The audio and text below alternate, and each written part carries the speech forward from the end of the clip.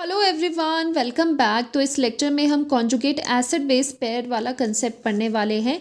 देखो ये कंसेप्ट किसके अंडर आता है? Brønsted-lorry concept of acid and base पे, ठीक है। जिसके अकॉर्डिंग क्या होता है, ब्रॉन्स्टेड एसिड्स कौन से होते हैं जो कि डोनर हो H पॉजिटिव के, ये हमें पता है। और ब्रॉन्स्टेड बेसिस कौन से होते हैं जो कि एक्सेप्टर हो H पॉजिटिव के, ठीक है। तो यहाँ से माइनस होगा H पॉजिटिव और इसमें प्लस होगा H पॉजिटिव।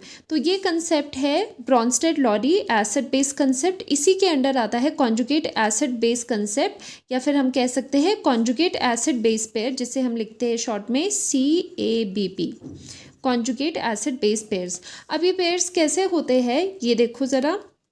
यहाँ पर आपके पास कोई एसिड है। एसिड का क्या काम है? अगर हम इस कंसेप्ट के अकॉर्डिंग देखें, ब्रॉन्स्टेड कंसेप्ट के अकॉर्डिंग देखें, तो एसिड कौन से होते हैं जो कि डोनेट करते हैं H पॉजिटिव। जब ये एसिड डोनेट करेगा H पॉजिटिव तो जो रिमेनिंग पोर्शन बचेगा, काउंटर पार्ट है जो इस एसिड का, वो क्या होगा? कॉन्जुगेट बेस, ठीक है। तो एसिड से H पॉजिटिव निकलने के बाद जो रिमेनिंग आपके पास पार्ट बचता है वो हो जाता है उसका कॉन्जुगेट। और अगर एसिड है तो एसिड में लिखना है बेस, कॉन्जुगेट बेस, ठीक है। सेम आप बेस में भी कर सकते हो। बेस कौन से होते हैं?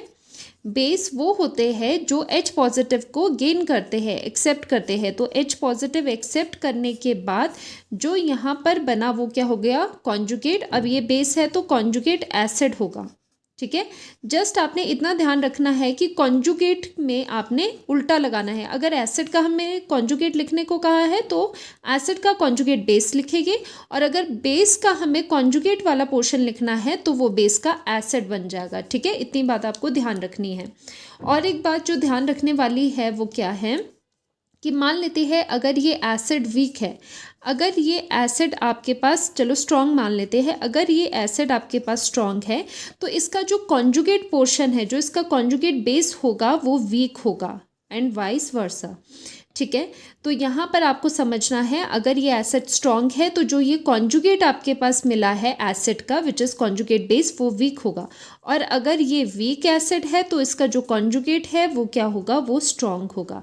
Same goes for base. अगर बेस आपके पास यहाँ पर कोई स्ट्रॉन्ग बेस है तो आफ्टर एक्सेप्टिंग द प्रोटोन जो आपके पास कॉन्जुगेट बचता है, कॉन्जुगेट एसिड बनता है, वो हो जाएगा वीक कॉन्जुगेट एसिड, उसे कहेंगे, ठीक है। अगर यहाँ पर आप वीक लोगे तो यहाँ पर कॉन्जुगेट एसिड स्ट्रॉन्ग बनेगा। तो इसी को हम एग्जाम्पल से देखते हैं। यहाँ पर एग्जाम्पल में हम HCl का लेंगे पहले, ठीक है। HCl एक एसिड है, स्ट्रॉन्ग एसिड है, H पॉजिटिव रिलीज करेगा और बाकी इसका कॉन्जुगेट बेस बचेगा विच इज़ Cl नेगेटिव, ठीक है। और दूसरा एग्जाम्पल हम लेंगे यहाँ पर HF का, हाइड्रोजन फ्लोराइड का। तो ये भी क्या होता है? एसिड ही है, तो ये H पॉजिटिव यहाँ पर देके F नेगेटिव बाहर चले जाता है, ठीक है। अब ध्यान से देखना है, यहाँ पर ये क्या होता है? एक स्ट्रॉन्ग एसिड है HCl, hydrochloric acid. We all know that ये क्या है? स्ट्रॉन्ग एसिड है। H पॉजिटिव यहाँ से रिलीज हो गया है, तो ये जो पोर्शन बचा वो क्या है? Conjugate base. इतनी बात समझ आ गई? एसिड का क्या होता है? H पॉजिटिव रिलीज होने के बाद कॉन्जुगेट बेस, तो ये कॉन्जुगेट बेस है। अब अगर ये एसिड आपके पास स्ट्रॉन्ग है, अगर ये आपके पास एसिड स्ट्रॉन्ग है तो जो कॉन्जुगेट बेस है वो है वीक, ठीक है। तो Cl नेगेटिव एक वीक कॉन्जुगेट बेस होता है, HCl एक स्ट्रॉन्ग एसिड है, ठीक है। अब इसमें हम देख लेते हैं, इसमें क्या है? HF क्या होता है? हमने पढ़ा है ये एक वीक एसिड होता है, ओके। अब एसिड में से H पॉजिटिव निकला तो F नेगेटिव बना, तो F नेगेटिव क्या है? यहाँ पर कॉन्जुगेट बेस है। अभी कॉन्जुगेट बेस कैसा है? अभी हमने देखा था कि यहाँ पर ये एसिड वीक है, वीक एसिड का जो कॉन्जुगेट होता है वो स्ट्रॉन्ग होता है। ये बिल्कुल रिवर्स चीज़ें चलती है, ठीक है। तो ये स्ट्रॉन्ग होगा। तो F नेगेटिव क्या है? एक स्ट्रॉन्ग बेस है। HF क्या है? एक वीक एसिड है। अगर इसी चीज़ को हम बेस के लिए करें, जैसे बेस आपके पास अमोनिया ले लेते हैं, ठीक है। बेस में आप यहाँ पर वाटर डाल दोगे और यहाँ पर आपके पास आ जाएगा इसके डिसोल्यूशन ऑफ अमोनिया वाला एग्जाम्पल कर रहे हैं। इक्विलिब्रियम बनता है, NH4 पॉजिटिव आता है आपके पास और साथ में OH नेगेटिव आता है। अब जो एसिड बेस पेयर की हम बात कर रहे हैं वो यहाँ पर देखते हैं। जो NH3 होता है दैट इज़ अ बेस, ठीक है, वो एक बेस है। तो जो वाटर है वो बेस के साथ क्या एक्ट करेगा, एसिड एक्ट करेगा, क्योंकि ये एम्फोटेरिक स्पीशी होती है, ये एसिड एंड बेस दोनों ही एक्ट कर सकती है डिपेंडिंग अपॉन दूसरा सब्सटेंस कैसा है। तो ये बेस है तो ये एज एसिड यहाँ पर एक्ट करेगा। ठीक है, अब देखो बेस में क्या हो रहा है, ध्यान से देखना। बेस क्या करते हैं, H पॉजिटिव को एक्सेप्ट करते हैं।